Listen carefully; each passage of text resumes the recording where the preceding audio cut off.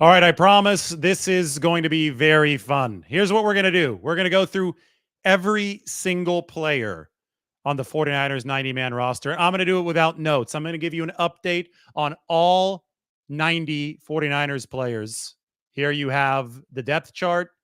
I'm going to post the link to it in the comment section. And for those of you who are not watching this live, you're also going to have the depth chart posted and pinned into the comment section after the show is done. So if you're not watching it live, when you do hear this, that link should already be pinned up in the comment section. So you can follow along as I talk about the 49ers full 90-man roster, from Brock Purdy to Ricky Pearsall to somebody like Jacob Cowing. I think that in the title, I put Cody Schrader, the running back out of Missouri, undrafted free agent. We're going to have an update on everybody in this show. So good time to do it. It is May 30th. 49ers are in between OTAs and mandatory veteran minicamp, at least as far as media coverage is concerned. OTAs run through the end of this week. Next week is the mandatory veteran minicamp, and then they will move into full summer mode, where the conditioning for many players is going to happen away from the team facility. And then everybody's going to come back in late July. I don't think there's a firm date yet on the start of training camp, but that date is going to be approaching quickly. Summer should go by quickly. The NFL actually might be changing its schedule in the future if the NFLPA's proposal actually comes to the floor and is passed. The NFLPA wants to eliminate OTAs and move the start of training camp to be sooner. And George Kittle said, as long as they don't mess with my 4th of July, I'm okay. Right now, you talk about July 25th or so being the start of training camp every year.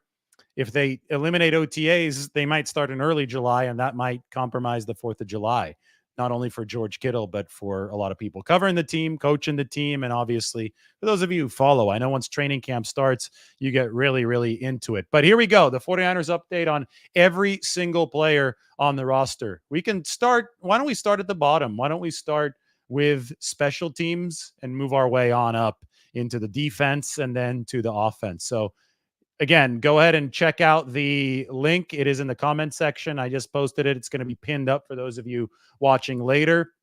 But we can immediately start with players who are PUP and NFI projections, and then we'll move into special teams. So there's the injury list, there's the projected PUP list, and obviously there is the active list. Right now, the delineations are manual because there is no PUP or NFI at the moment.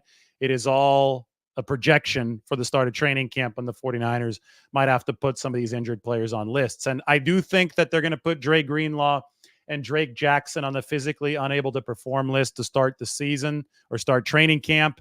If you are still on PUP or NFI at the time that the roster cut down happens, you're going to have to miss at least the first 4 games of the season.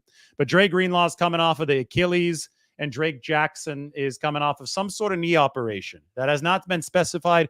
I saw Drake Jackson at the facility the other day, waved at him. He was down the hallway, and he waved back, and he was walking without crutches, and it looked like without a limp. So there is a chance that he is ready for training camp, but I just don't have any more information on the nature of his knee surgery so far, beside the fact that he is not available to participate at this point of OTAs. So he's going to have a couple more months from this point, right? In less than 2 months, the 49ers do start training camp, and about 2 months exactly from now is when they're going to put on pads at training camp. So we'll see where Drake Jackson is at that point.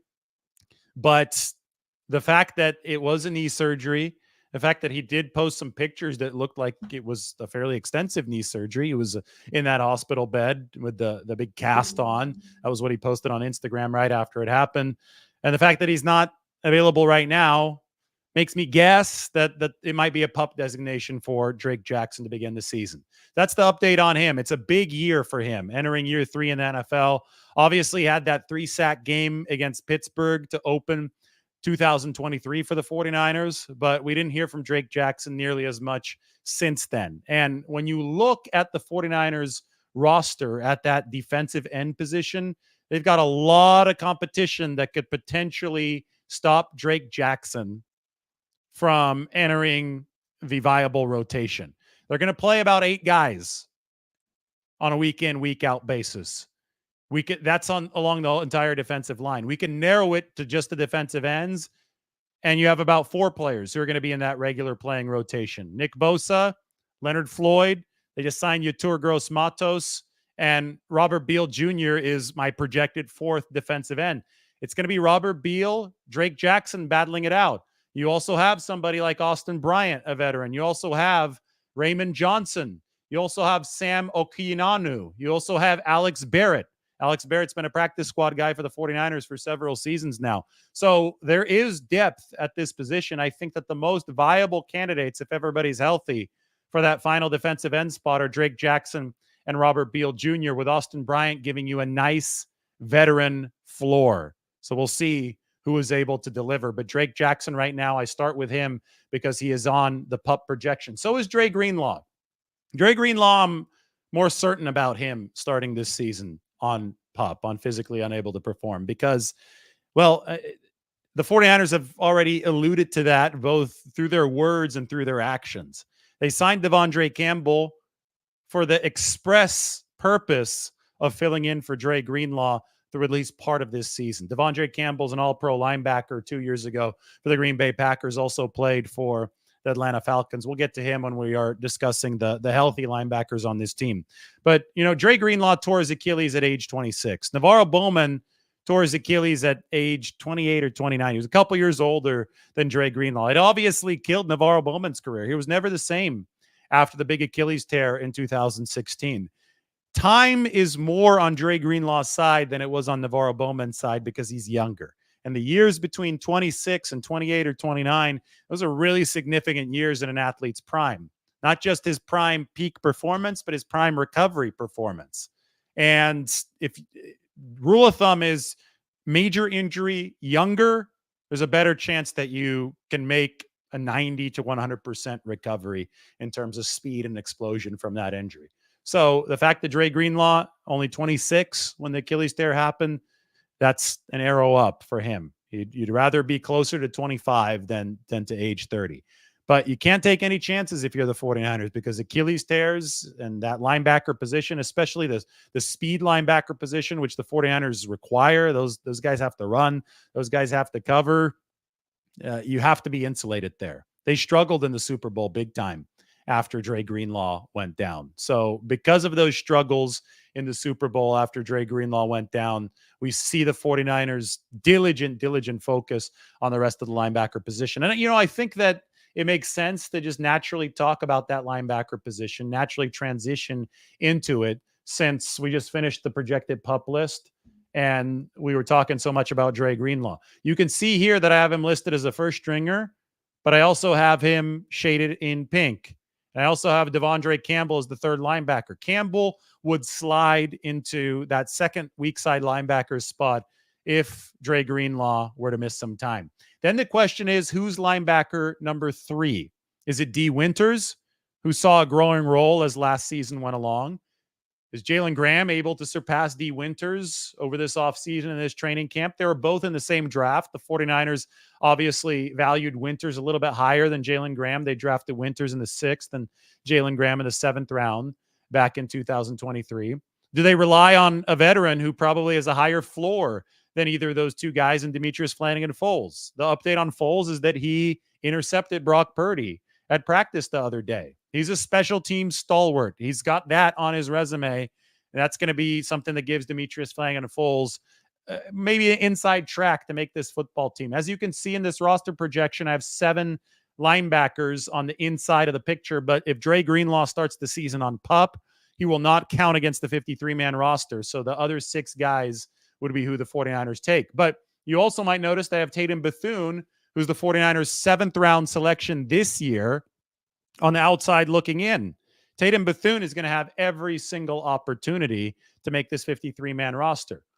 Bethune can cover, but can he cover at the NFL level? Because he was a better tackler and a better run blitzer at the college level than he was a cover guy. He wasn't an outright liability in college, but he could be in the pros unless he shows that he's got more flexible, quicker hips than he showed in college. He's going to have to develop, and he's going to have to show that he could study at the NFL level so he can get in position to overcome athleticism that it's not elite. I mean, he's got a good first step. He did in college. Again, he's got good football instincts. But Tatum Bethune, the book on him is going to start to be written over the course of training camp. And it'll be interesting if he can port his physicality and his instinctive play. He sniffed out a whole lot of screens at Florida State. It'll be really interesting to see if he's able to port that to the NFL level. And the only way you can do that is if you can prove that your hips are fluid enough to not be a liability in coverage, because it's really hard. Guys that are excellent college linebackers that, people are like, oh boy, how is this guy not going to be like Scooby Wright from Arizona? Do you remember him from a few years ago? Guy had damn near 200 tackles a year, maybe even more for the Arizona Wildcats. Hardly heard of him in the NFL. And it was because in the NFL, slot receivers, running backs, you name it, those guys are going to stress and strain NFL linebackers. And the guys that were studs in college because they're tackle machines, they're like vacuum cleaners out there. They're just dominating opposing offenses and opposing run games, cleaning up any sort of mess out on the field.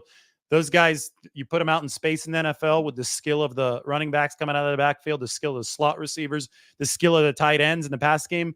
Those guys are unplayable at the NFL level. So Tatum Bethune has to put himself into the category of the linebackers that are very playable at the NFL level. Dre Greenlaw is obviously in that category. Fred Warner in that category. D. Winters, Jalen Graham working on it. Demetrius Flanagan-Foles has found his way to become a solid depth piece for a team that has needed depth pieces at that all-important linebacker position. We also can't forget Ezekiel Turner, who is a pickup in free agency, formerly of the Arizona Cardinals.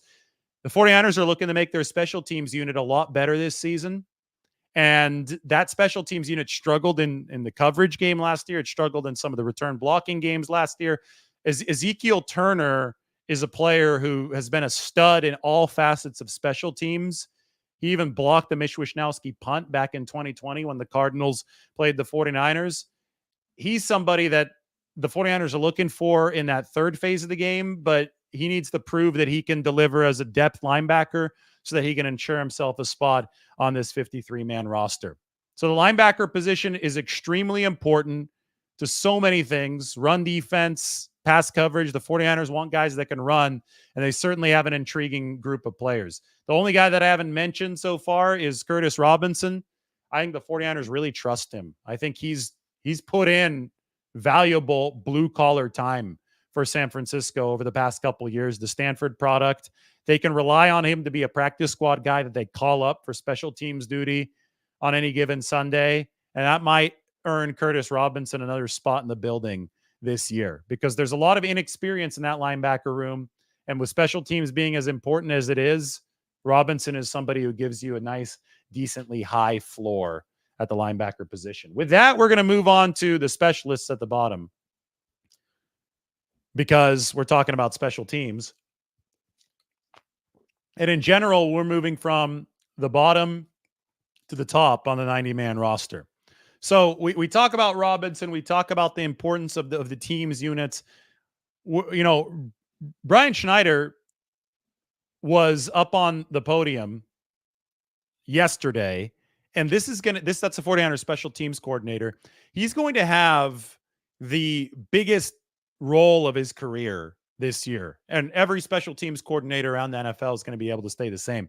There's going to be so much more slack to tighten on special teams with these new kick return rules than there ever has been. Picking the right guys to fill out roster spots 40 to 53 is going to have way more wiggle room than before, because of the fact that they have introduced an entirely new play for kickoffs. It's going to be more like an offensive play. It's probably going to take a combination of size and speed to optimize what you're doing coverage-wise and what you're doing return-wise, not just with your returner, but with your blockers. I mean, the Chiefs today were even talking about Harrison Butker, their kicker, not kicking.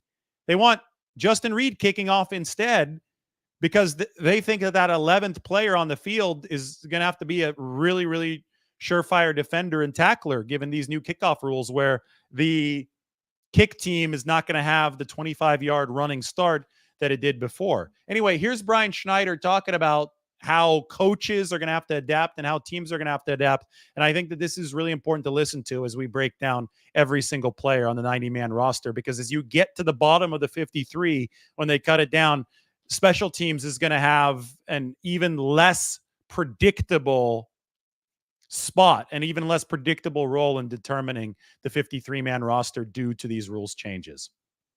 Season, when you get the news, it's, a lot of anxiety because, what you're looking at is the only thing you really have to look at is the XFL, and it's different too than that.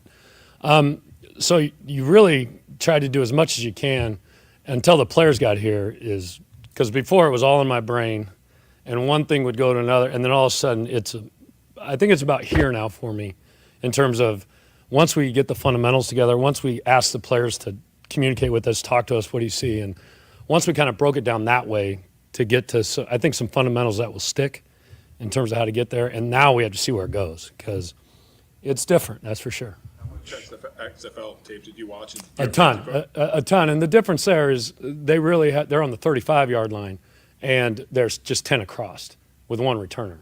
So even 5 yards and the spacing and timing, it's just really different, and it's really, really fast. So you can kind of pull off years past, but the spacing and timing, and like George, for instance, for us, Odom, he was so skilled at speed, number one, and then weaving down the field to put him in position as it's, developing.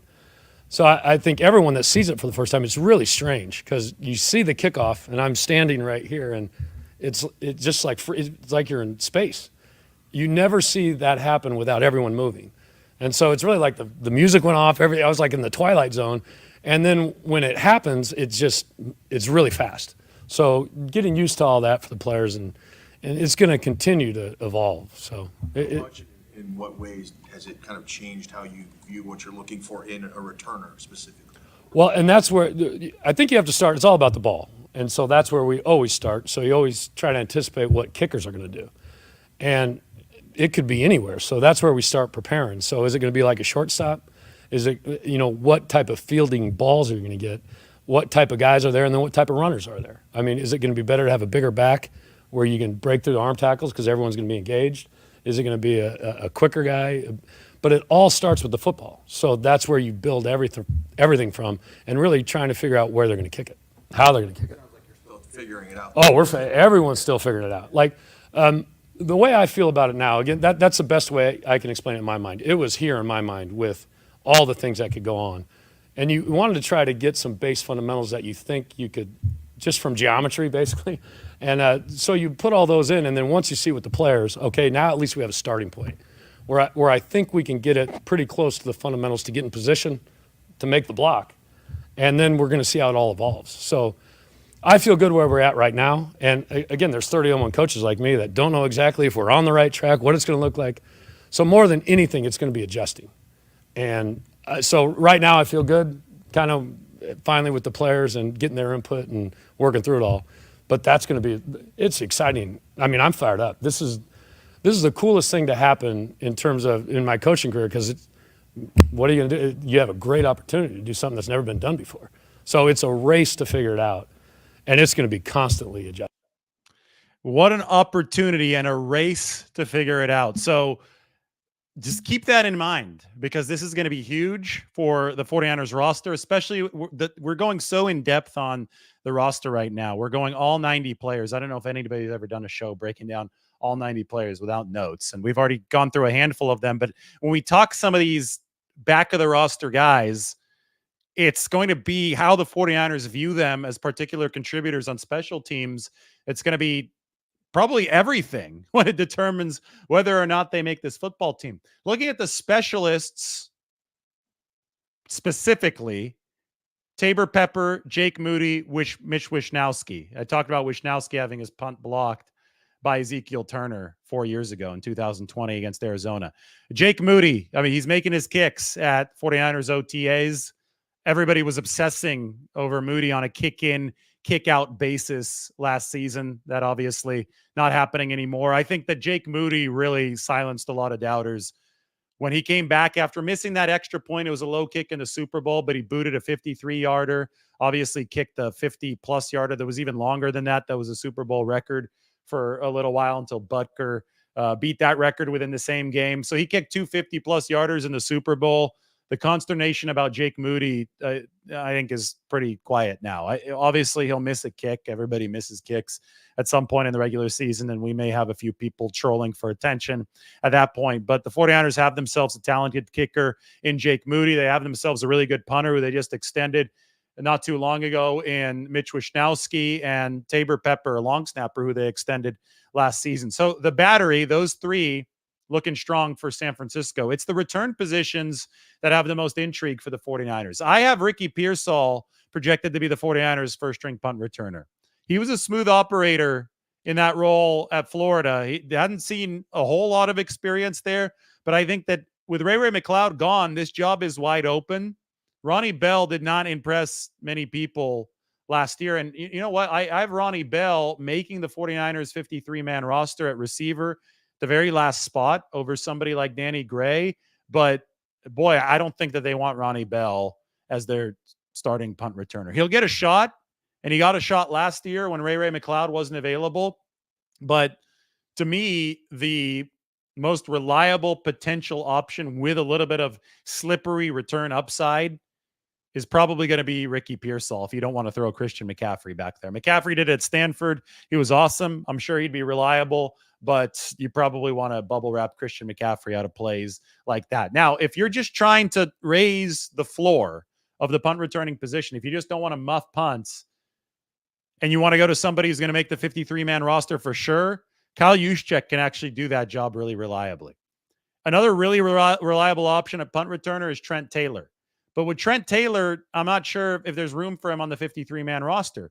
I do think that the 49ers might have signed Taylor with a very firm practice squad focus in mind.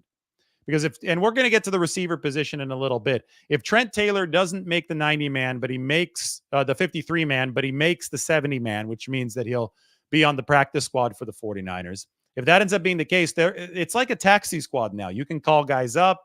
You obviously send them back down after the game. Yes, you have a limited amount of call-ups, but then guys get hurt later in the season, so you can end up permanently promoting a player from the practice squad to the 53-man roster. I think the fact that Trent Taylor did not muff a single punt over his years with the 49ers, and he's only muffed, I think, one his entire NFL career, the fact that he has that kind of high floor capability at the position, which is so important at punt returner, I think that means that they're going to want to keep him in the building. He also knows the playbook. He's also been a reliable slot guy when he's been healthy. Keep him in the building. Loyal troop for the 49ers, right? He's probably going to end up in a spot where they can call on him if they need him in a high leverage situation. I think that's the value of Trent Taylor on this team, because the leading candidate at punt returner right now, according to my depth chart at least, is Ricky Pearsall. And he's a rookie.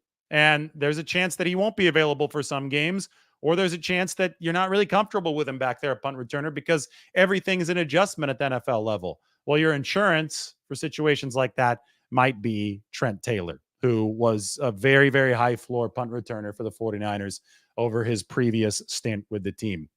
As far as kick returns go, well, that ties much more into what Brian Schneider was just talking about in the video that we played.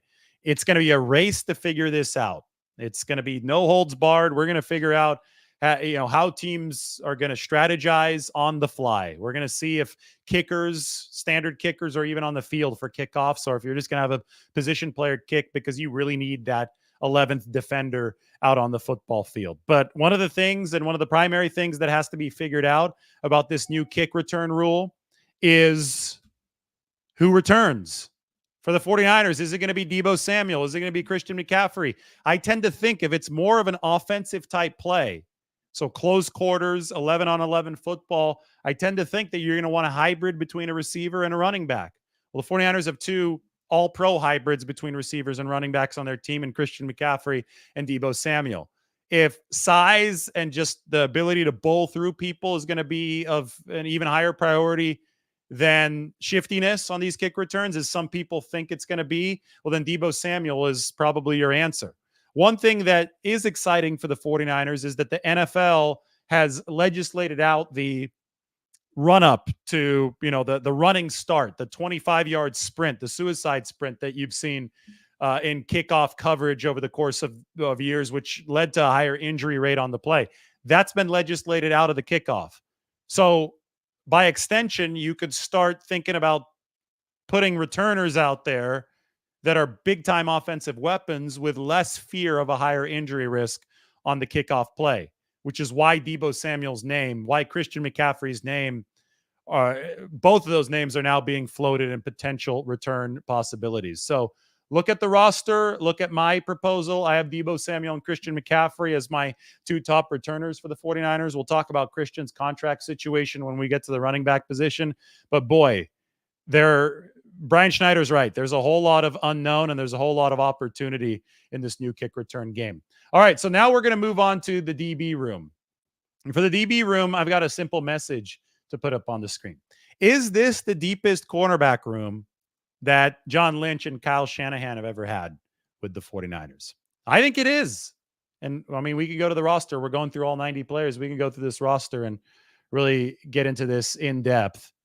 But Mike has a quick note from me. He says that the Browns special teams coach says the kicker is going to get with the secondary coach to learn how to tackle. So the Browns are going to keep or at least are planning to keep their kicker kicking. The Chiefs are flirting with the idea of having Justin Reed kick. Not every team has a Justin Reed, a position player, a defensive position player who is a good tackler as well. So not every team will have the luxury that Kansas City does. So the Browns are going to have their kicker actually working on tackling drills. We'll see what the 49ers do. Maybe you could have Kyle Juszczyk out there tackling, kicking, because Kyle Juszczyk, he's a do-everything kind of player. He prides himself on the ability to also kick if it came down to it. Remember when Kyle Juszczyk was the holder for the 49ers? That was when Robbie Gould was still kicking, but Robbie Gould was the punter. That was when Mitch Wishnowsky actually suffered a concussion. Must-win game against the Rams. Wishnowsky's normally the holder for the 49ers field goals. It had to be Kyle Juszczyk holding. Tabor Pepper long snapping, Kyle Juszczyk holding, Robbie Gould kicking. It's not as easy as it looks, folks. Kyle Juszczyk did it seamlessly. 49ers needed big-time kicks from Robbie Gould in that game. Even a big-time extra point to tie it after Jawan Jennings scored the touchdown. And yes, they saw delivery from Robbie Gould and, of course, from Kyle Juszczyk holding. All right, back to what we were talking about, the 49ers cornerback room. Is this the deepest cornerback room that Lynch and Shanahan have ever had? Charvarius Ward's an all-pro. By the way, we're going to update every single player. He'll be back for training camp. He's coming back from the core muscle injury. He was an all-pro even though he was playing hurt last year. And now he's entering a contract year. I would expect big things from Charvarius Ward, who's really, really just now rounding into his prime for the 49ers. Diamara Lenore, I have him listed at nickel because this is a nickel package depth chart. But if this is a base defense, Diamara Lenore is your second cornerback. I think he plays outside and inside this next year. He's been taking OTAs really seriously. He seems to be talking to Brandon Staley, 49ers new coach, a lot on the sideline. So you got Lenore on one side, you got Charvarius Ward on the other. And then, this is going to be a strictly outside proposition. But I think right now, and you could see my projection here, I've seen Isaac Yiadom, and I've seen him close up on that sideline. This is a guy built to be an outside cornerback in this 49ers defense. And by that, I mean they're going to be running a lot of press man on the outside. Yiadom has played in a Vic Fangio defense. He played in New Orleans last year. This was his best football was in New Orleans last year. Brandon Staley was actually on the Fangio staff when Isaac Yiadom was with the Broncos. And Brandon Staley said that he's made such strides as a player. And it was obvious. Paulson Adebo went down for the Saints last year. Yiadom came in. He almost led the NFL in pass breakups, even though he only started for half the season. I mean, this is a high upside bargain for the 49ers. They're not paying him a whole lot of money. It's only a couple million for Isaac Yiadom this season, or Yiadom. I should say Isaac Yiadom. Sorry, I need to pronounce that correctly moving forward. It's one that I got wrong. So Isaac Yiadom. This is a high upside proposition for San Francisco. This is a guy with double-digit pass breakups last year. He, like I said, the frame is big and strong. He's got strong thighs, good base for the press man coverage they're going to ask. The reason that we and we're not obsessing over the size, but the reason that we're focusing on it is because Ambry Thomas, his play strength hasn't been what the 49ers have needed it to be. This is over the years. He's got great movement skills, but he loses so often at the catch point. Somebody like Isaac Yiadom, caught myself. Somebody like Isaac Yiadom was so good at the catch point last year for New Orleans. And it seemed like he was just coming into his own. So much of success in the league relies on confidence that can potentially snowball. And I think that we saw it snowball for Isaac Yiadom last year. And now the 49ers wanted to carry over into this season. Is he guaranteed anything? Of course not. They signed him on a one-year deal, but already in OTAs, he's made some physical plays. And this is before, you could really puff your chest out with the pads on. Now, of course, there's going to be competition here, but it's telling to me that they're starting Renardo Green at the inside cornerback position. He's their second-round pick out of Florida State. He's going to be working more at the slot to see if he can get some action instead of Diomeder Lenore, and they could keep Diomeder Lenore on the outside before they give Renardo Green the full breadth of responsibility on the outside. Because I think that they're not desperate for immediate help at outside cornerback. They have Isaac Yiadom. They have Rock Ya-Sin. Rock Ya-Sin's a veteran. He made a great pass breakup against Ricky Pearsall last week. I know I've talked about this already, but physical play, out pattern for Ricky Pearsall. Veterans at the cornerback position have, especially good veterans, and Rock Ya-Sin's been a good player with the Ravens last year. They got a presence that the younger guys often don't have. Diomeder Lenore has built that presence up over the years. Charvarius Ward, all-pro, obviously has it. But it's the presence to not afraid to be physical. That's the key. To me, younger corners will kind of shrink away, shy away from contact because there's so much more strength at this level of play. But now the 49ers have these two key vets between Isaac Yiadom and Rock Ya-Sin who are really able to thrust their bodies into the fray and make plays. And both of these guys have seemed to be very, very physical presences on the outside, and they're both going to compete for a starting cornerback job. One thing is that depth is so important here because you're only going to be as good as your worst cornerback. So as soon as somebody gets hurt, 49ers have been burned the hard way before. If you don't have a player that you can really trust to be able to step into that outside corner role, you're going to get picked on at the NFL level. And between the veterans they signed, and those guys are highlighted here in teal, the rookie they drafted, Renardo Green, who's working inside and out now for the 49ers, and somebody like Darrell Luter Jr., we can't forget about him. I mean, Luter was just drafted in the 5th round last year. He had an interception the other day. It was a really nice looking pick too. He was playing his zone very well in that nearby third of the field. That pumped up the 49ers defensive bench. Those guys were going nuts after Darrell Luter Jr. logged his pick. I believe it was Brandon Allen throwing when Darrell Luter Jr. had his interception. But we can't forget about him because he's going to be in his second year now where he can puff his chest out a little bit, where we're going to see, okay, does this guy have the physical presence and the confidence to really succeed at this level?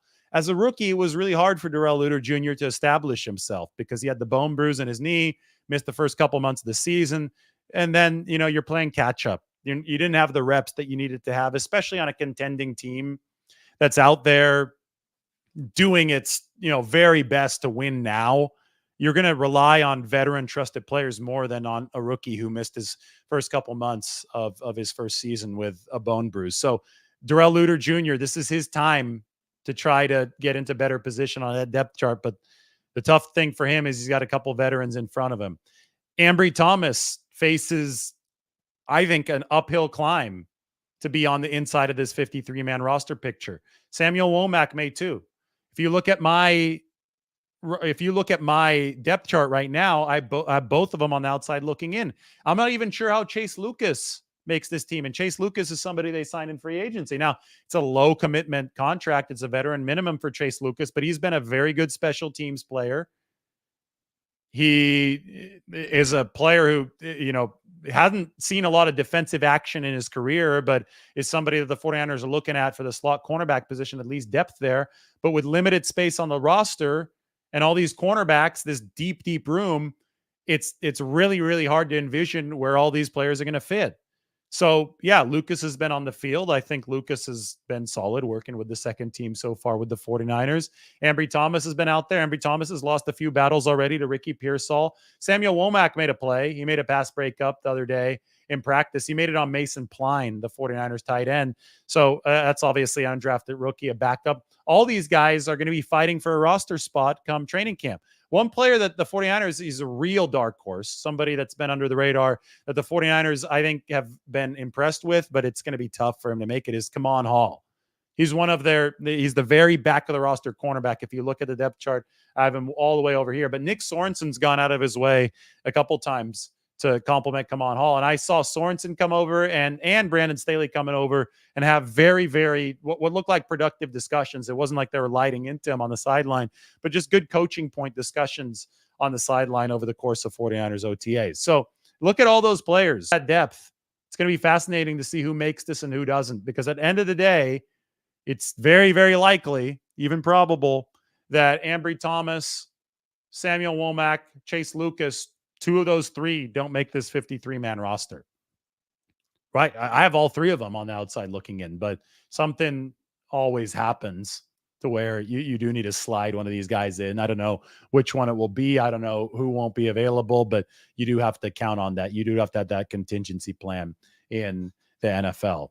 It sure is something, though, in that cornerback room. We're going through all 90 players, those of you just joining. I've gone through a handful of them. I don't think I'm halfway yet, though, because we've gone through special teams. We've gone through the corners. We've gone through the linebackers. We got to talk about safeties. You know what's crazy? Justin Simmons is still out there. Justin Simmons looked like he's going to sign with somebody at the start of training camp around there. Maybe a week into training camp. If you haven't signed at this point, I don't know what the rush is. You're working out. Simmons is known as a great teammate, workout warrior type of player. So I wouldn't worry about what kind of shape he's in. I'm sure that he wants to secure the best contract possible. I don't know if the 49ers would find something like that to be within their price structure. But when we do talk about the safety position, we can look here. And we do have to recognize that Talanoa Hufanga, although he's projected to be back by training camp, he's been doing a lot of active work on the side field during OTAs. We do have to acknowledge that he's coming off of an ACL tear. And any player that's coming off an ACL tear, you just have to embed some potential recovery time as he tries to come back from that injury at the start of the season. So in the case of Talanoa Hufanga, everybody's seen the splits. The 49ers defense was a whole lot better at the start of the season against the run than it was later in the season after Talanoa Hufanga went down. The 49ers defense was, I think that they struggled with tackling angles from the safety position. I think that Hufanga wasn't having the same type of explosive year that he was having in 2023, but he was still a major factor in the 49ers run defense. You can talk all you want about some of the struggles that Talanoa Hufanga had in pass coverage, but at the end of the day, the 49ers run defense is what took the biggest hit when he went down. And I think that he's a perfect example of the type of player that could be primed for a really big season if he can make a full recovery, because he's had the learning experience of 2021 under his belt. He had the first starting season of 2022 where he earned those all-pro honors under his belt. And then he had the humbling experience of a 2023 season that wasn't going quite as well, and then obviously ended with the ACL injury. He has that under his belt. He's seen the rise. He's seen the adversity that the NFL has to offer, and now he's got a true contract year in front of him. If he can come back with flying colors from this ACL tear, if he could be at 90 to 95% of his former bursting quickness with the knowledge and the experience that he's built up, with the tape study that he's been able to do while he was hurt over the past year to self-evaluate, I think that Talanoa Hufanga can have a really, really nice contract season. And it's going to be really interesting to see if he does that, to gauge what the 49ers' future plans are at the safety position, because they like Jair Brown a lot. Jair Brown showed them that he could be trusted at the safety position to the point where he saw major playing time in the Super Bowl and he even intercepted Patrick Mahomes in the Super Bowl. You've got Malik Mustafa behind both of those guys, but with a chance to leave his own new mark on the 49ers defense. Malik Mustafa is a unique player because he's got a unique build. He's shorter than your typical safety. He's also wider than your typical safety. He's a bowling ball. This guy's muscular. Looks like a mini linebacker. He was fine in coverage in college. We watched some of that Wake Forest tape before. I mean, the guy played the center field position well in college, but there's a difference between playing center field well in college and in the NFL. It's so much faster and so much more advanced than the NFL. I know that they're looking at Malik Mustafa as a guy that can play close to the line of scrimmage, can be an excellent tackler, excellent run defender. But just like we were talking about the linebacker position, where somebody who's a great tackler and a great run defender can be exposed really quickly, the same thing could happen at safety, because the NFL will say, okay, you're good at this. Well, let's see how good you are at this. Let's see how good you are at coverage. The NFL will find a player's weakness. They will find a defender's sore spot. And with Malik Mustafa, it's potentially the coverage. It might not be. Again, he was fine in college, but there's a difference between being fine in college and good in the NFL.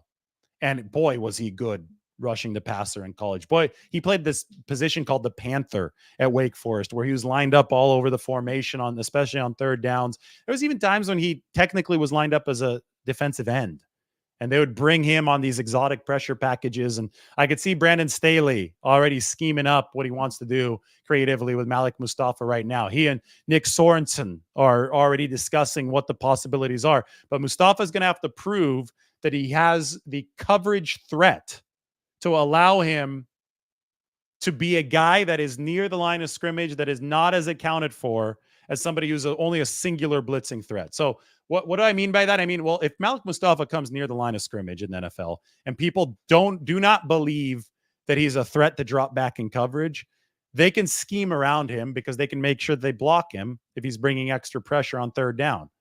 But if he can drop back into a coverage role at any given moment and be good at it, it's a whole lot harder to pre-plan for Malik Mustafa if you're an opposing offensive coordinator. If he can do anything, if he can drop back, if he can bring pressure, if he could be a clog in the middle, if he can go sniff out a screen pass, if he can do anything well at any given time, opposing offensive coordinators are going to be on their heels and not on their toes. So, yeah, the 49ers love Jair Brown. Yeah, Talanoa Hufanga has a chance to have a big year, but we do have to see how he's going to recover. But Malik Mustafa is going to be waiting in the shadows behind both of them. And this is a player that has a chance to be good for a long time if he can show that those coverage skills are something that could keep his opportunities on run defense and blitzing afloat. I would even, classify Mustafa as a potential hybrid player between that safety position, the nickel position, the kind of the big nickel spot, and the linebacker position, because he's got that type of build. He's got that type of skill set. And when we talk about amorphous offenses and amorphous defenses, linebackers who can cover, safeties who can play the run, Malik Mustafa straddles some of those lines. And it's really important because adaptability on offense is on the rise. So you want to make sure that adaptability on defense is there to counter it. Other safeties, Eric Harris made a pass breakup the other day. He's a veteran. He potential practice squad guy that you could call up on a week in, week out basis. Taylor Hawkins he's been with the 49ers now for a couple of years. He got an interception in that Rams game when a lot of the 49ers backups started in week 18 last year. So look out for him. The 49ers like him in the building. We'll see if he can continue his progression. And then there's Jalen Mahoney out of Vanderbilt. Mahoney is a safety who was an undrafted free agent. It's going to be tough for him to make the 53-man given the crowd that the 49ers have up here. But you see Mahoney competing with somebody like Taylor Hawkins on the back end of the roster for a practice squad spot. And again, it's not going to be easy to stay in this 49ers building. And that's exactly the way that they've wanted to draw it up. So even a guy who's been a practice squatter for a couple of years is going to have competition to maintain that spot at the safety position. With the injury to Hufanga and the uncertainty regarding Jair Brown and obviously even Malik Mustafa as a rookie, the 49ers are still open to signing a safety. I can say that as a fact. It would have to come at the right price. There's a reason they worked out safeties this offseason. There's a reason why Rayshon Jenkins came in for a tryout. Later on, they took a look at Julian Blackman, who ended up re-signing with the Colts. Justin Simmons is obviously a free agent. The thing is, they're in that in-between space, right? They're not in a spot where they have the money or they have the desire to sign a full-blown star at that safety position because of budgetary reasons. They got to make sure that they stay under the salary cap and have the money that's necessary to spend on the A-list positions they need to spend on, especially with Brock Purdy due for a big contract and Brandon Ayuk obviously due for a big contract right now. But they obviously have been open to the potential idea of adding at that safety position. I think somebody like Justin Simmons is probably out of their price range. Will he fall into their price range? Well, I've talked about it as a possibility all off season, but that's just something that we're going to have to be patient with as this off season evolves. All right, so this is an update on every single player on the 49ers roster. We're going to skip ahead to the offense right now, and we're going to talk about the 49ers offensive line. How much better can the 49ers offensive line be with new personnel? Well, one thing that the 49ers focused on with their new personnel up front was quickness, short shuttle quickness. All four of their new offensive linemen, the rookies, under 4.47 in the short shuttle, which is an excellent time. Dominic Pooney, the fastest, he was the third-round pick at 4.4. So I asked 49ers offensive line coach Chris Furster about the 49ers specific look at quickness in offensive linemen and whether or not that was very analytically targeted. And I thought his answer was really interesting and could be a good jumping off point for the linemen that we're about to analyze on this 49ers roster.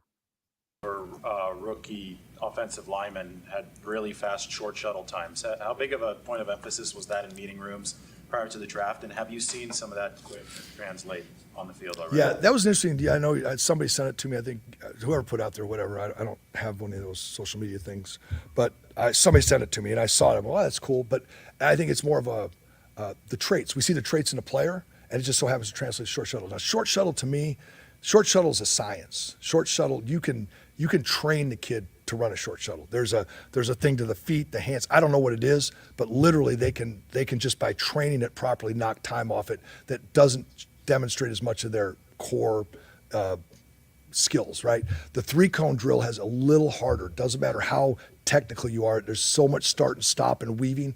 I go a little bit more on the 3-cone personally, but it's funny that the short shuttle, it obviously must have some carryover because these things that I talked about that we see on tape that you don't see our plays, but you see the traits of the player.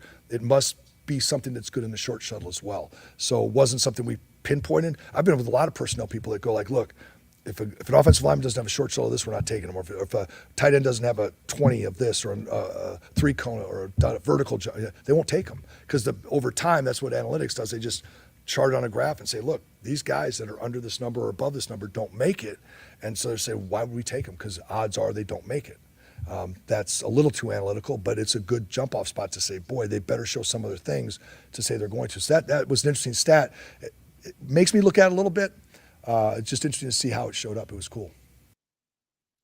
So that's Chris Furster, 49ers offensive line coach, on the 49ers focus. He's obviously, I mentioned this a little bit earlier today, he's more interested in the film aspect, and he noticed that the short shuttle times were really good. But I think that just shows consensus, right? I think that the 49ers wanted quickness, especially from interior linemen, because I think they've lacked some quickness along the interior line over the course of the past couple of years. That's when the big problem point has been at those guard positions. You know, they have quickness at center now with Jake Brendel, but he actually is hurt as we're speaking. He's got that knee tendonitis, but quickness at guard has been lacking for the 49ers.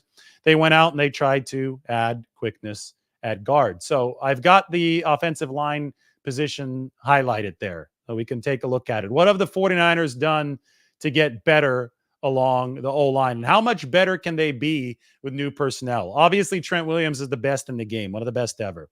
Aaron Banks, to me, this is a spot that can improve for the 49ers.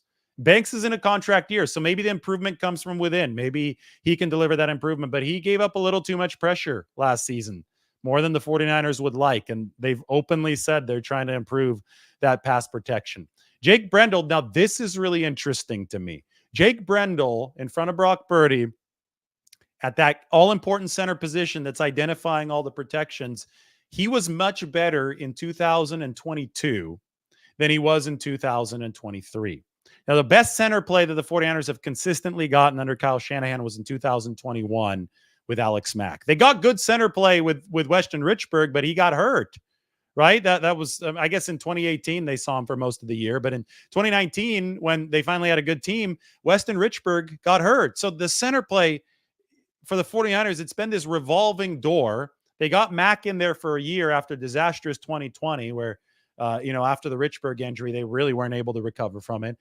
But Mack retired, and in 2022, Brendel was actually this revelatory, pleasant surprise. Undrafted free agent, the starting center of the San Francisco 49ers. Some of the pass blocking metrics had Jake Brendel at number 5 amongst all centers in the NFL. I mean, it was really, really impressive stuff from Jake Brendel, but he dropped down 15 to 25 in pass protection this past year. There's also concerns because he's a really quick guy.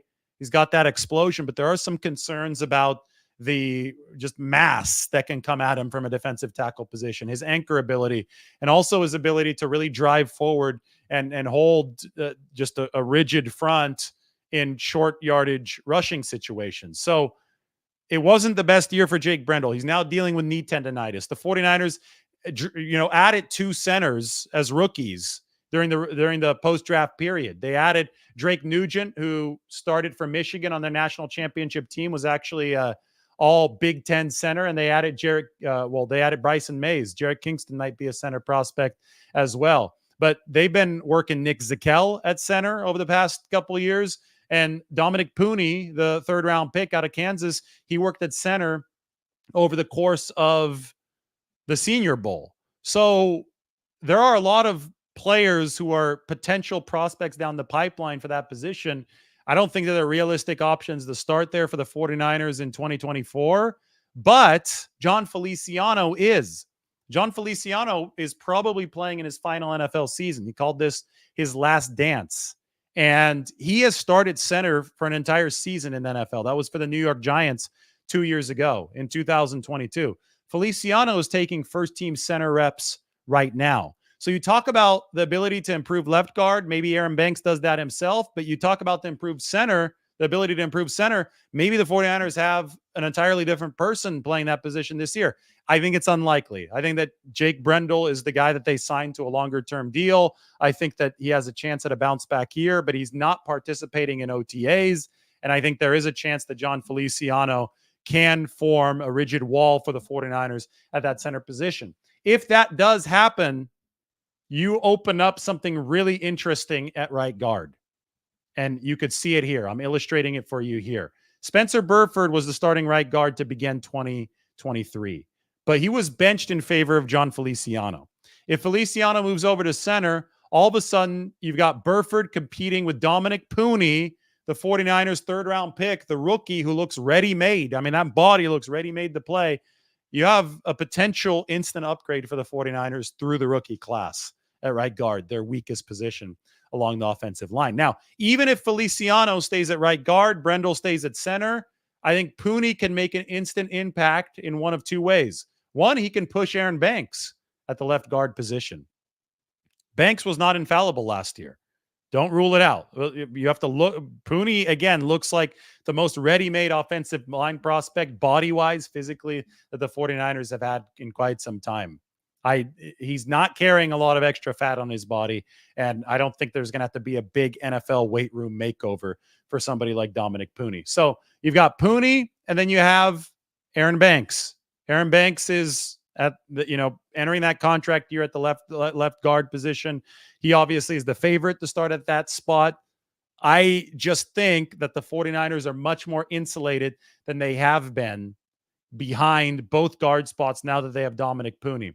And anywhere, all 6 spots, if there is an injury, you do have a 6th man who's much more capable than 6 men of the past if Dominic Pooney is who the 49ers think he is.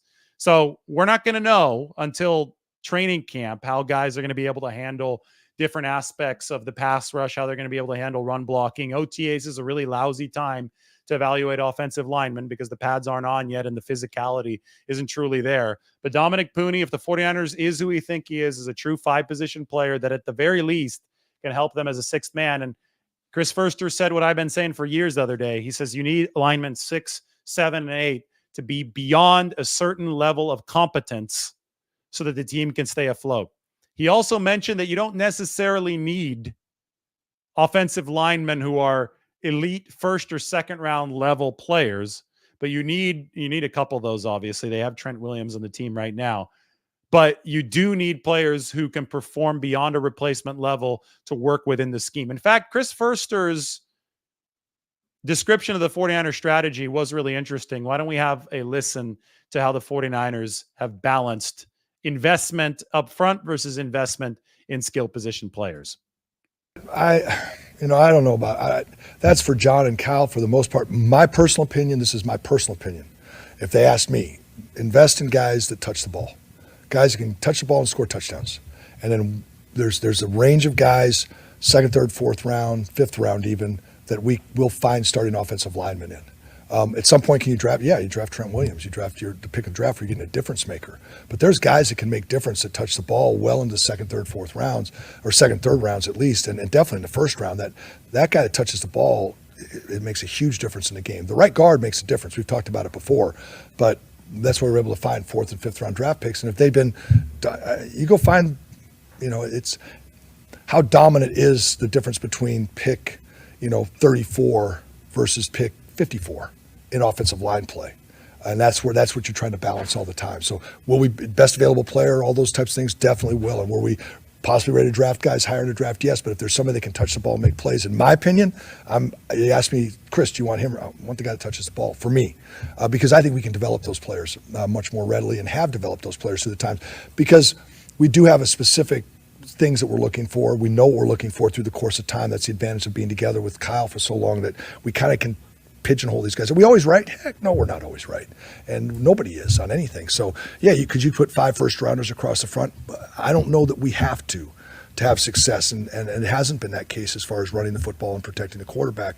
Do we have, yeah, we don't have 5 first rounders. So there's always going to be that. But the fact that you can throw a short pass to Debo, even though the right tackle's getting beat, it ends up being a 60-yard touchdown. So, yeah, the right tackle blocks somebody, but if the guy gets tackled at 5 yards, you don't have the 60-yard touchdown. Boy, that right tackle did a great job. What's it matter if the guy touching the ball can't take it to the house? So there's the trade-off, and you're constantly playing that game. The trade-off that the 49ers are playing, and, we can look to see how they've tried to be efficient along the offensive line as far as acquisition has gone. I talked about this in a whole heck of a lot more detail. Oops, we got to go back. There we go. I talked about this in a whole lot more detail earlier today in the other show that we ran about the balance that the 49ers are striving to attain up front as far as big time investment. Obviously, Trent Williams is a big time player that you were able to acquire for a much more manageable cost than you would expect for somebody of Trent Williams caliber. They used a second round pick on Aaron Banks, but this year's draft, it's a good cross section of what the 49ers have done. It hasn't been absent of investment. They picked what they thought was who they thought was the best lineman available to them in the third round, because they didn't pick high in the first round. So all those guys were off the board, but they went with a very versatile player in the third in Dominic Pooney. And then they went in the sixth to Jarrett Kingston, somebody that they think they can develop into a good pass protector on the interior, before heading to undrafted free agency to get guys who they think are real steals in Drake Nugent and Bryson Mays. Again, 2 guys with really fast short shuttles, 2 guys who move really well. And again, center, it's a cerebral position that's calling out all the protections. They think that these guys can potentially handle the duties of the center position. So that could be a longer term thing that the 49ers are looking at. It's a constant churn along the offensive line to make sure that you have the players who can perform not only in the short-term realm of things, but over the course of 2 or 3 years. Jake Brendel is still under contract for a few more seasons. So you don't need somebody immediately at that center position, because even if Brendel is unavailable, John Feliciano is right here behind him. So it's this constant give and take, right?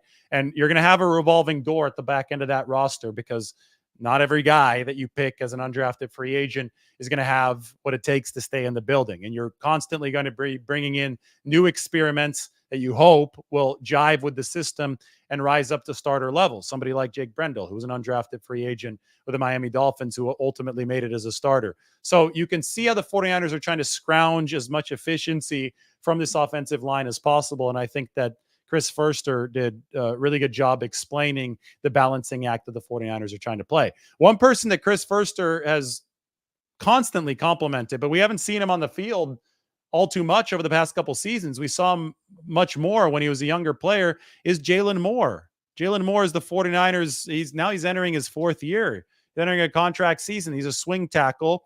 Tweener, really coming out of Western Michigan in college, right? People weren't sure if he's going to stay at tackle or move into guard.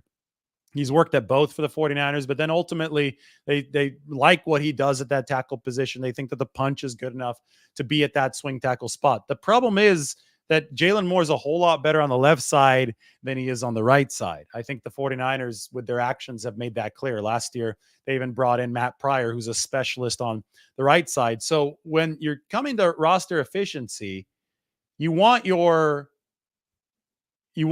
swing tackle to play on both sides. In case Trent Williams goes down, you need to back up there.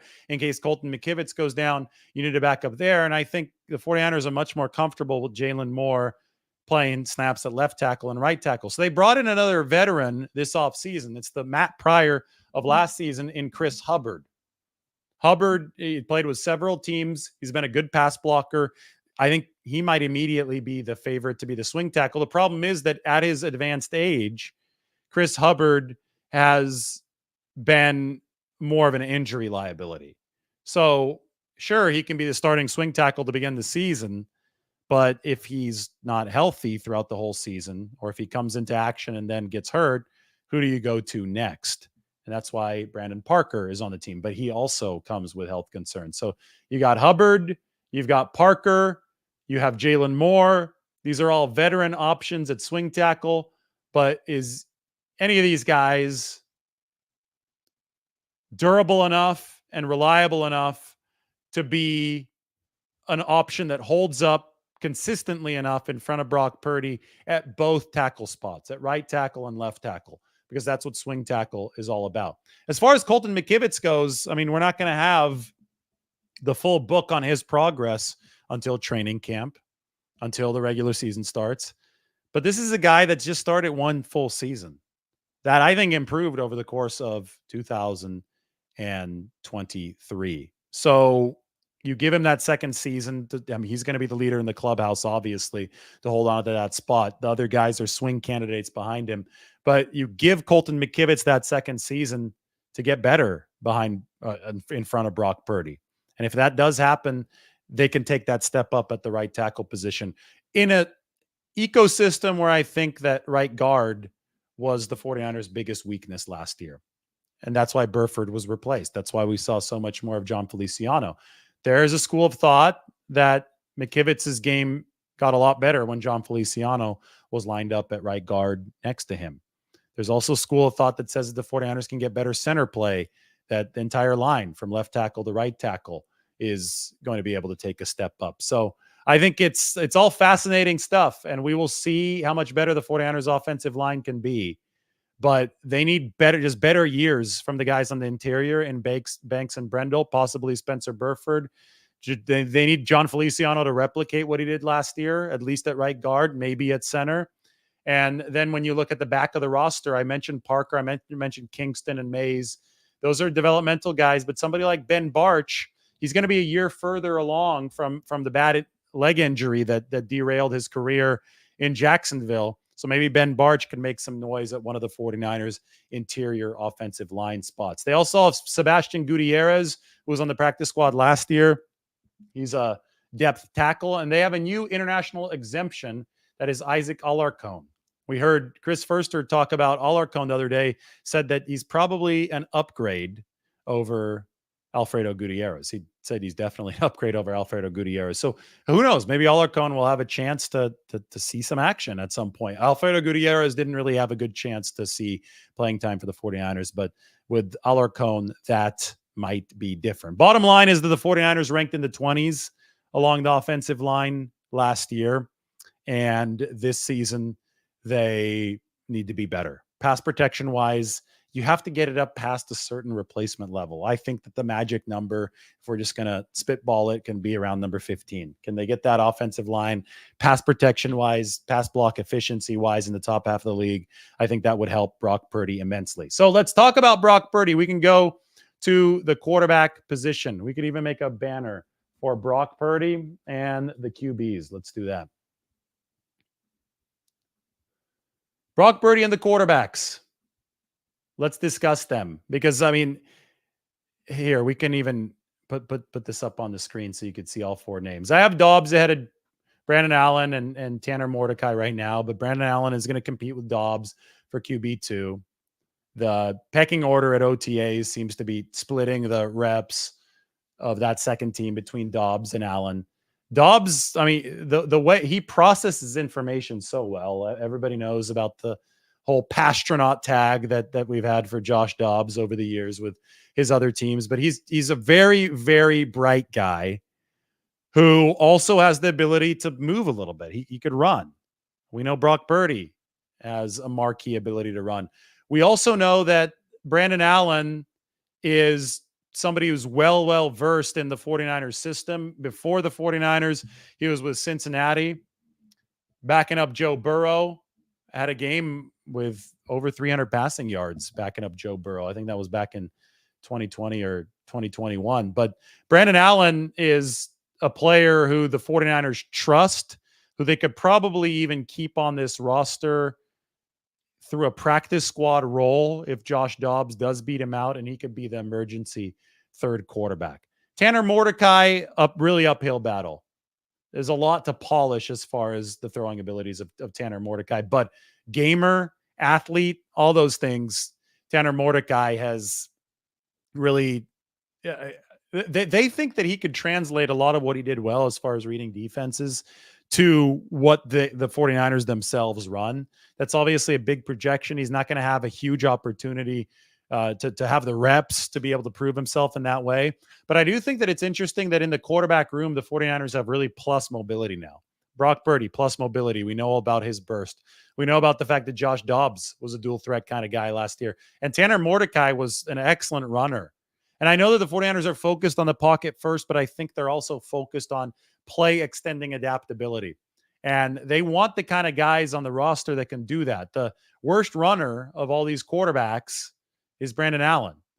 Purdy, Dobbs, Mordecai, all three of them can really, really move. You know, my big question for Brock Purdy is how much more efficient can he become operating strictly from the pocket? Because last year was pretty damn good already. I mean, we've gone through the intermediate passing numbers, even the deep passing numbers. A lot of it will depend, I think, on the pass protection. I talked about the offensive line. I mean, I even put this up on the screen. How much better can the 49ers offensive line be with new personnel? And if the pass protection goes up to the top half of the league, as far as pass blocking efficiency goes, I think the sky is the limit for somebody like Brock Purdy. It really is. I think that we could see historic efficiency. It's why the 49ers have, you know, they did what they could with the capital that they had, and they focused it on pass protection, right? Dominic Pooney is somebody who didn't give up a sack in 2 years at Kansas. They've openly said that Dominic Pooney is a better pass protector than run blocker. That is the polar opposite of what the 49ers tried to focus on earlier in their time, right? So this regime started with focus on run blocking over pass protection. Now it's the opposite. I think if you get the pass protection up to a certain level, it could be lights out for Brock Purdy. He was already the most efficient quarterback last year. He already set so many of those efficiency and accuracy records. Give him slightly better pass protection and see where this can go. And I think that is a goal of the 49ers. But, you know, back to Purdy, that's my question. How much better can that in-pocket efficiency be? And he already showed the play extending, out of pocket, out of structure abilities as time went on over the course of the regular season and the playoffs. So what do we do now? Do we go to running back, or do we go to receiver or tight end? We're going through all 90. I am tired. I am hungry, but I wanted to challenge myself to see if I could get through the entire roster without notes, to see how close to regular season form I'm in. I think it's going well. So we will go, let's just go down the list. We'll go to running back. McCaffrey's not there. I think he's going to be there around mandatory veteran minicamp. If they're going to adjust McCaffrey's contract, he's playing on 11.8 million base this year, 12 million base next year.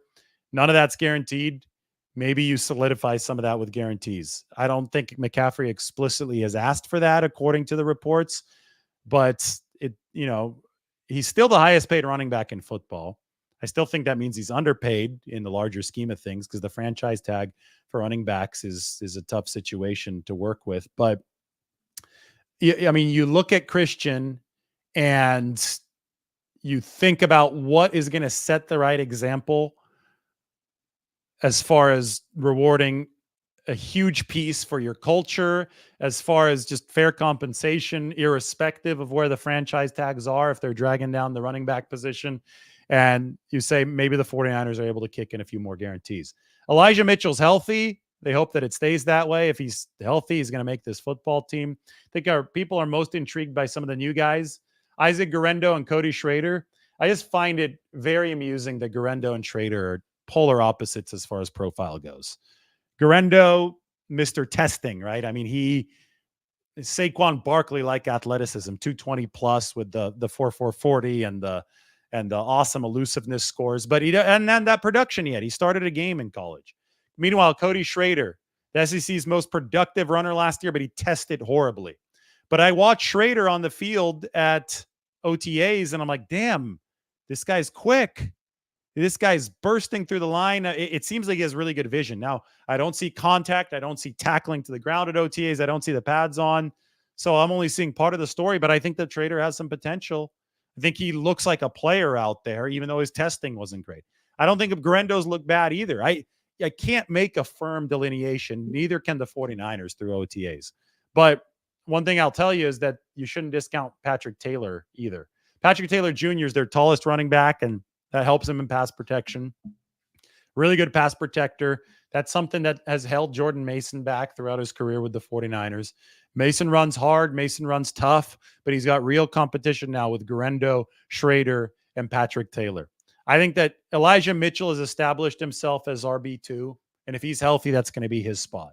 But he's had health concerns in the past, and it wouldn't be surprising if they continued into 2024, in which case this is up for grabs behind Christian McCaffrey.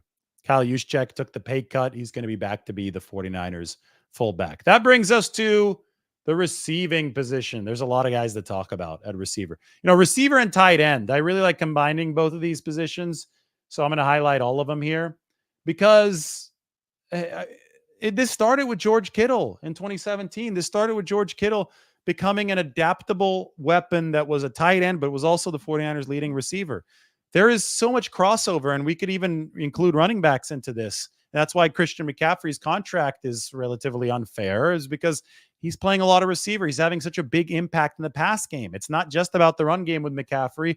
With the Niners tight ends, it's not just about the run game. It's about how they can get open receiving wise. And that's one thing that I think this offense can still improve, is that second tight end position and the receiving abilities. Can somebody step up opposite George Kittle, who's coming back from that core muscle injury? He'll be back by training camp. Can somebody step up and become a truly reliable receiving target? So, Willis, he was a 7th round pick. It's unlikely to be him, but he was a good player for the 49ers down the stretch last year as far as handling the blocking, handling the small things right. He just wasn't a receiving threat.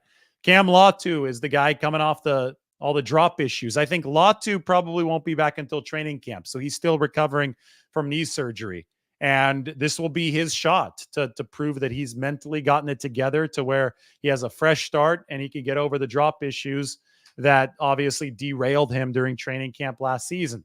I think the 49ers have raised the floor at tight end too by bringing in the veteran Eric Saubert. Actually was in George Kittle's draft class back in 2017. Saubert was, I mean, he's been with a lot of teams. He hasn't turned into the superstar that George Kittle has turned into, but he's had the staying power to be in the league from 2017 until right now. He physically looks, I mean, he's a strong guy. And I think physically he looks like somebody that can displace defenders, execute the kind of blocks the 49ers need the tight end position. The question though is that, that's a floor kind of thing. Is the ceiling from a receiving standpoint there? That's why they signed Mason Pline. Played 3 years of college basketball before starting to play football. He could high point the ball. He's a tough receiver. He just has a lot to do to improve the technicalities of how he blocks and how he could deliver on the ground for the 49ers to be able to make the 53-man roster. So Pline is probably a longer-term project. George Kittle said the other day that Jake Tonjes has put on a lot of muscle, has gotten a lot stronger, probably taking the Ross Dwelley path, working in the weight room, turning his body into what the 49ers have needed. So we'll see if Tonjes is able to surprise some people and turn some heads. But I think that, all eyes when training camp starts are going to be on Cam Latu to see if he can become that receiver opposite George Kittle, to see if Braden Willis can take that next step. And if those guys can't, well, then they may have to just settle for another year of a tight end too that is not as good of a receiver. Now, the good news for the 49ers is if that happens, you've got all the talent in the world in the receiving room to make up for it. Ayuk, I've talked so much about that contract. I talked about it earlier today. It's about fully guaranteed money. It's not about APY. The market's not getting more expensive for Ayuk. It might get more expensive, but it also might become more defined once Justin Jefferson and CeeDee Lamb sign. Because those are going to be contracts that are much more relevant to Brandon Ayuk than Jalen Waddles today. Ayuk is, again, respect the efficiency. The efficiency was insane last year. But people wonder how all these guys are going to get playing time. Well, you give them all playing time because the offense is going to turn into a more pass-forward beast. You already saw it in the postseason last year. 109 pass plays, 77 run plays. You're going to see some four-wide sets if all these guys are healthy. They just re-signed Jennings. Deebo Samuel's looking like he's trim, in shape, wearing the number 1. Obviously, Ricky Pearsall looks like a player, looks good out of camp. Jacob Cowing, I thought he caught a really nice post pattern the other day. Thought that was one of the best plays of 49ers OTAs that I've seen. So he could be electric. He's got an opportunity. I just think that he probably has a little bit more polishing to do. And if Pearsall's ready to go, maybe not at a star level, but at a competent level early, you can run 4 wide sets with these guys. And I think that's tremendously exciting. Now, what the big question is how does the back of the receiver room look?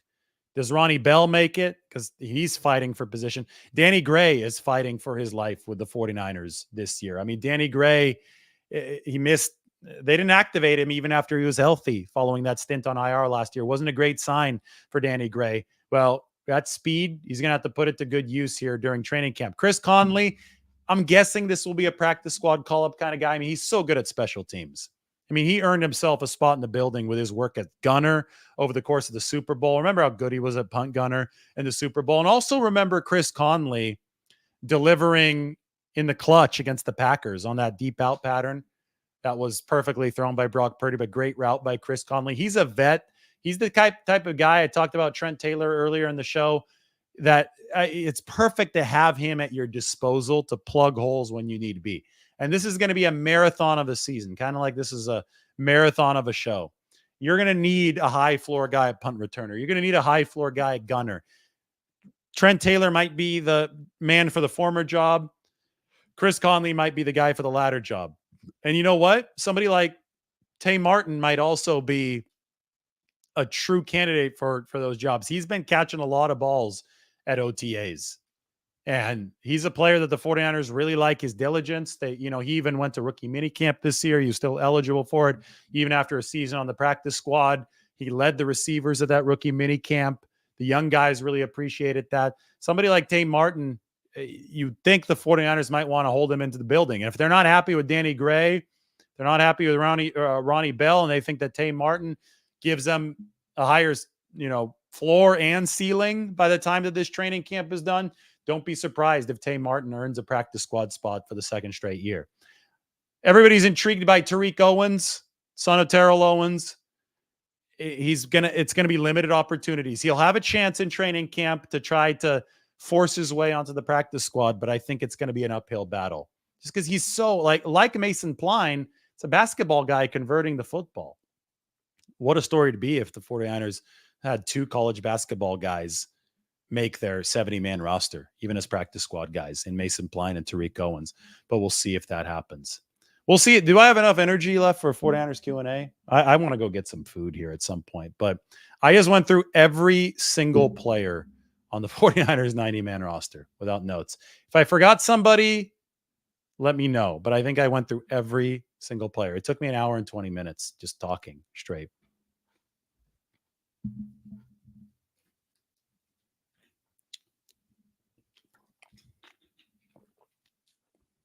Here is a good final thought. Training camp should give everybody a better understanding of how good this new team can be. We can't really say too much more about the overall quality of the 49ers team until then.